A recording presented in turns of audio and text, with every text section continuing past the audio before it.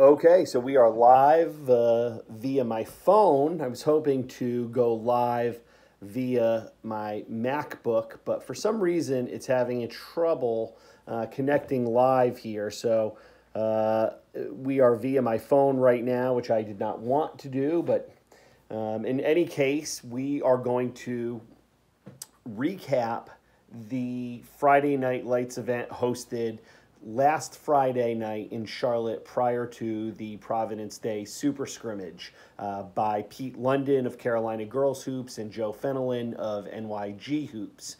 These two gentlemen did a great job putting on a tremendous event with a ton of middle school talent. So college coaches, especially if you're a P5 coach, I'm about to help you with your job tremendously. If you're smart enough to watch this, I will be blessing you with a bunch of names who all can play at the Power 5 level. If you are not smart enough to watch this or you just don't like me, then I feel really bad for you because I'm giving out a ton of free information here, which probably other recruiting service people would be very unhappy about me giving out information about stud 7th and 8th graders. So here we go, recapping some of the best players from the event.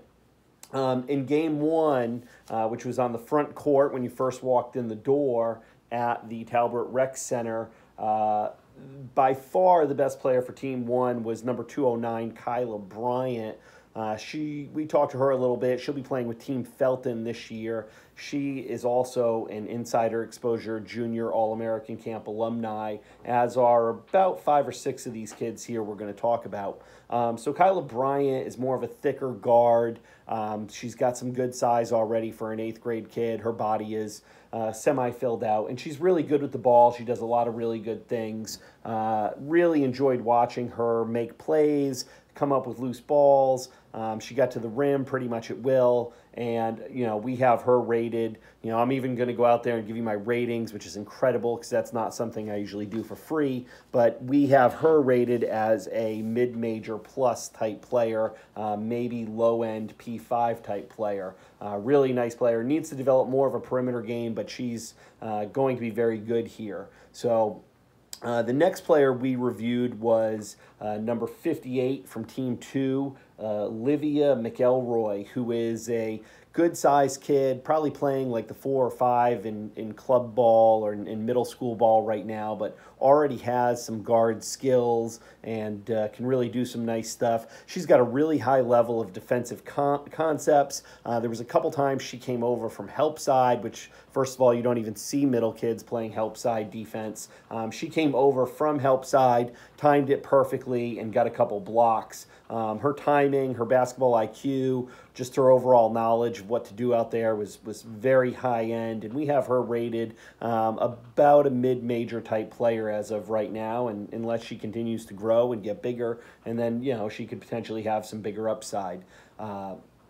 So the next player we wanted to talk about was Kiera Krosky from the South Carolina 76ers program. She's a 2024 player, a smaller guard, is not as big as some of these other players, but she had a lot of stuff. I mean, we took a ton of notes about her. Handles plus, really could handle the ball well, both hands. Crafty player, was able to keep defenders off balance, got into the lane, finished with a floater a few times.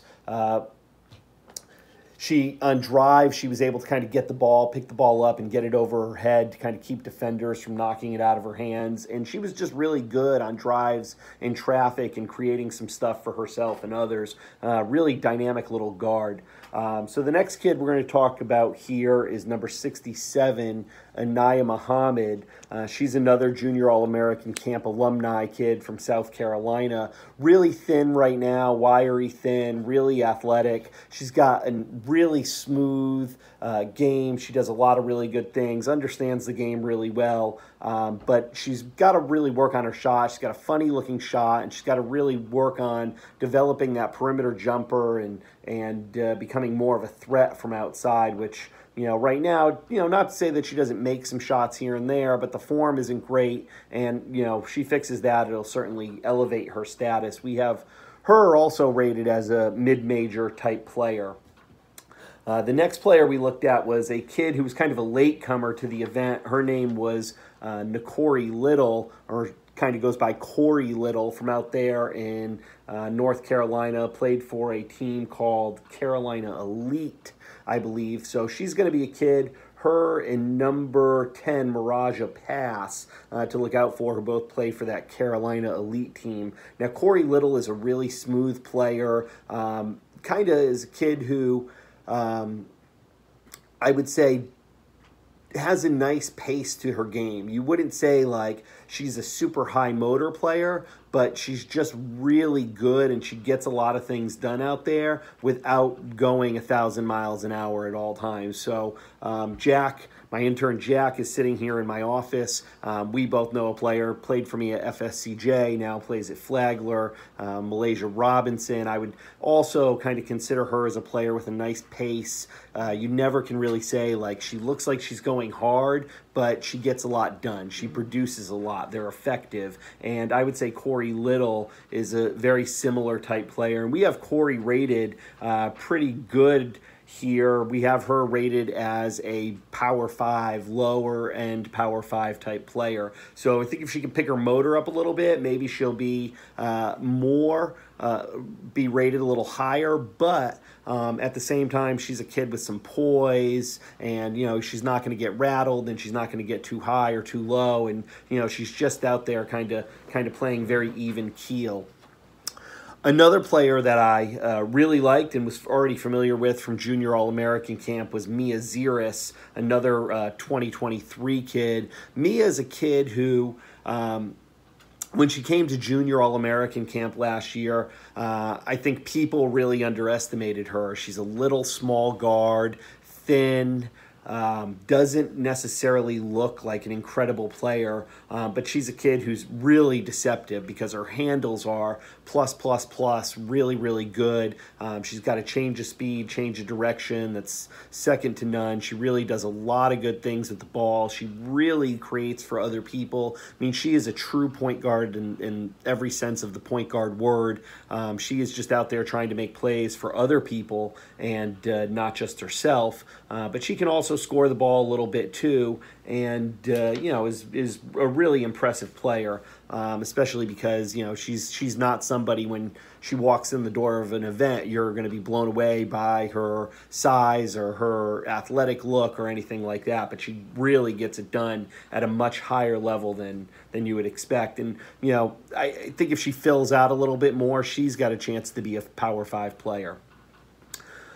The next player we're going to talk a little bit about is a kid from the Cap City Ballers, a kid named Tanaya Wallace, who, interestingly enough, almost every kid we're going to talk about here was in the All-Star game. There's a few kids who made the All-Star game that we're not going to talk about. Tanaya Wallace was probably the only kid on this list who did not play in the All-Star game. And, interestingly enough, the first game I really thought she just did a lot of standing around and kind of tried to get comfortable and was not very assertive. But in the second game they played, she really picked it up. She played way harder, very athletic kid, and she used her athleticism and length to kind of get in some passing lanes and get some steals, and really finished well in transition on those 2-on-1, 3-on-2 type of breaks.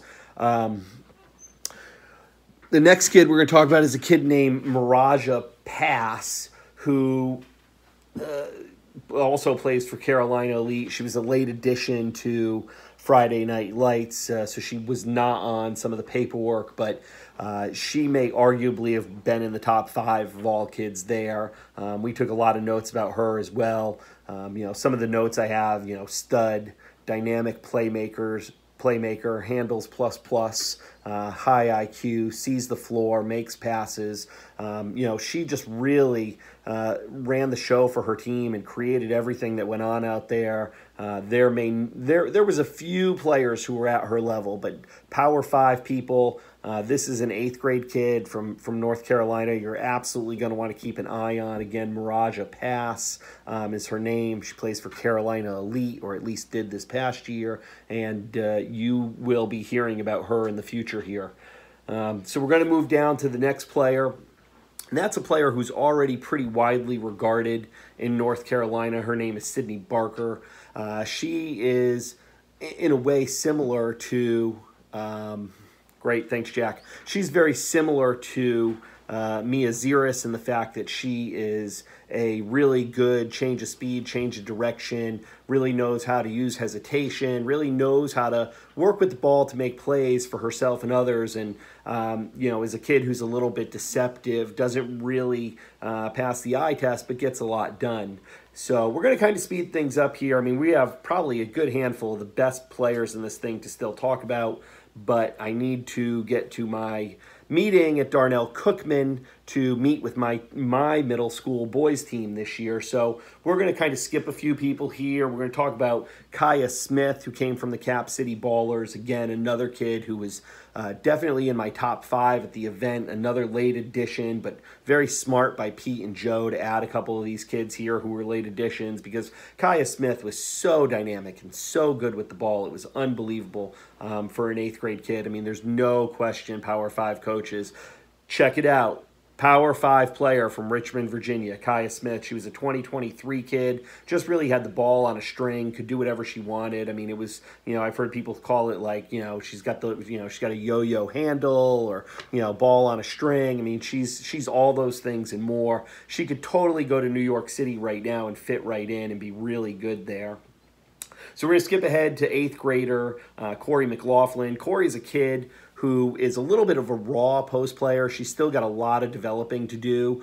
She has her height listed as 6 feet tall, but I stood next to her and she was clearly taller than that. She told me I might be really a little bit taller, like 6'1" or maybe 6'2". And I said, listen, honey, let me tell you something about how this stuff works. Like in basketball, you don't lie shorter. If anything, you're going to lie taller. So, moving forward, I think people will probably start to see her listed at 6'2", and that's probably accurate. I mean, with shoes on, she probably is 6'2". She needs some skill development and work, but she's definitely a Power 5 caliber borderline post player. I mean, her upside is just absolutely tremendous. Great athlete, thin, but not too thin.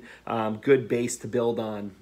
So next we're going to talk about Zamiria Jones. I call her Little Bit. She's been playing on the Insider Exposure circuit for about 4 years now, going back to when she was in 5th grade. She's in 7th grade now, and so maybe it was in 4th grade she was out there playing in 17 and under. It's incredible. But she's got handles galore, really just understands how to beat people off the bounce and create for other people. I mean, the amount of dimes she had was, she probably had 5 to 10 assists every single game, including the All-Star game. Just really, really good. We're going to move ahead to 8th grader Drew Alexander. Drew is a kid who's great size, strong, thick, athletic, can really finish. She's going to be playing up at West Ridge Academy with Delaney Rudd the rest of this high school season, so she'll get a year of varsity under her belt. She's definitely a P5 player, there's no question.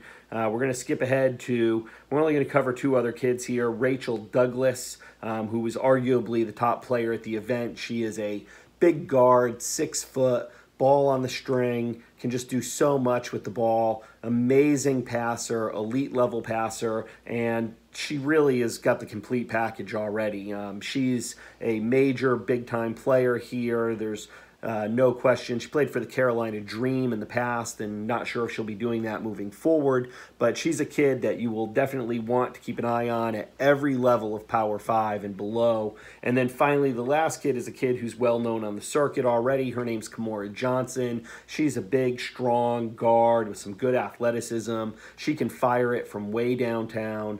She really makes good decisions. She's big and athletic. She can kind of bully other players, and she's just got the whole package, and she's clearly, without question, a Power 5 caliber kid too. So there you go. College coaches, especially Power 5 coaches, I just did a ton of free work for you. All you have to do is listen to me talk for 15 minutes. I just dropped about 20 names on you. Go out there, get their phone numbers, contact Pete and Joe or me, and you can always buy our recruiting services, and we will help you get in touch with these people. But those are by far the best players from Friday Night Lights, held prior to the Providence Day Super Scrimmage in Charlotte last weekend. So thanks for joining me. I look forward to bringing you more live recaps here as we move forward, and these will also be archived on my website, insiderexposure.com. Thank you.